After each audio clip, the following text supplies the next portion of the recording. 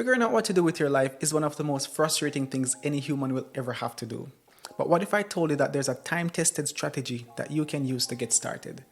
If you've ever asked yourself questions like, why am I on this planet? Or what career path should I choose? Then welcome to the club, my friend, but let's gain some clarity. Luckily for you, this is actually a common struggle in the human experience, since we all desire meaning, purpose, and a sense of belonging. We all want to know that this life that we're living actually matters. And in this video, I'm going to be sharing some time-tested principles from the most important book in the world, the Bible. Let's get started. So this story starts out with a very interesting guy by the name of Habakkuk. The guy had some serious problems. He was surrounded by injustice, poverty, sickness, disease, and Habakkuk had had enough.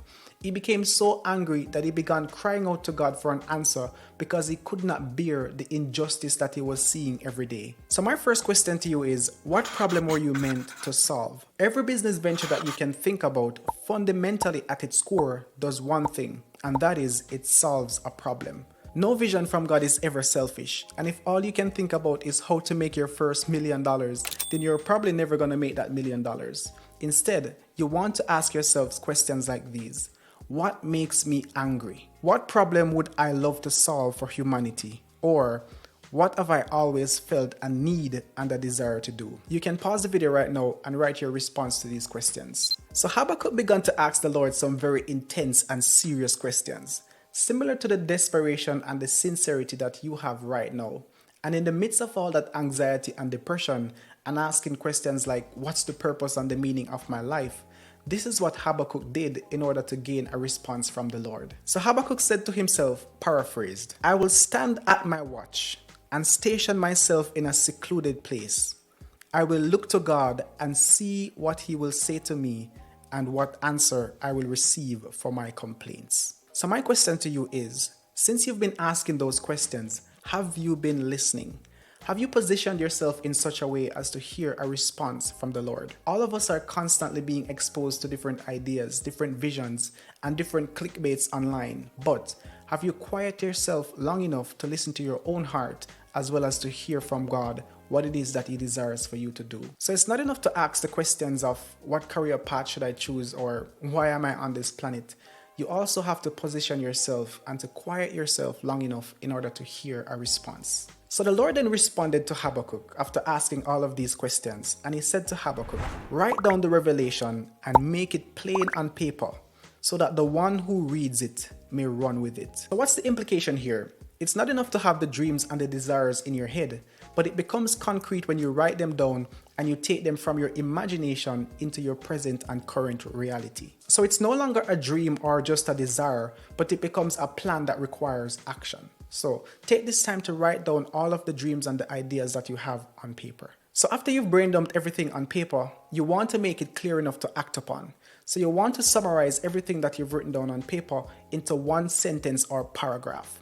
Once you've made it clear, this is where passion and determination is generated. When you clearly see what it is that you want to do, not only do you generate passion and energy for yourself, but that energy becomes transferable to others that are around you that are supposed to help you with your vision as well. So in your own quiet space, away from all the kids, away from all the devices, and away from all distractions, take this time to write down everything that you see in your imagination and your heart. Allow God to reveal the revelation of your dream to you. So now that you've captured your vision and you have an idea what it is that you want to do, you must also understand the timing and the process of vision. You must be patient. So the Lord said to Habakkuk, paraphrased, the vision I'm about to show you awaits an appointed time for it to come to pass. Even though you are receiving the revelation or the idea right now, and even though it might seem delayed, you must wait for it. This means it will not happen overnight. It also means that you might not be in the position right now in order to accomplish that vision. So you have to steel your mind and your heart and make up in your mind that, listen, I am going to do whatever it takes in order to get to the end of this vision. It might mean I have to develop myself, I might need to go back to school, or I might need to take a lesson or a class in develop the gifts and the talents that I have right now. So don't give up on your dream, even if it looks impossible.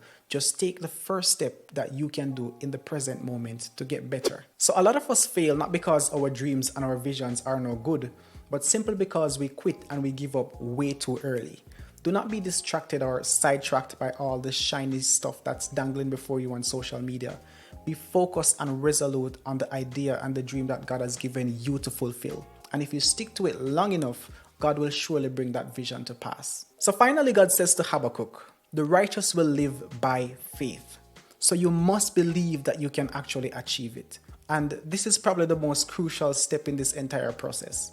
Half of success is actually summed up in believing that you deserve it and that you can actually achieve it. As you start on this journey of pursuing your vision, you're going to face a lot of setbacks and moments where you actually want to give up.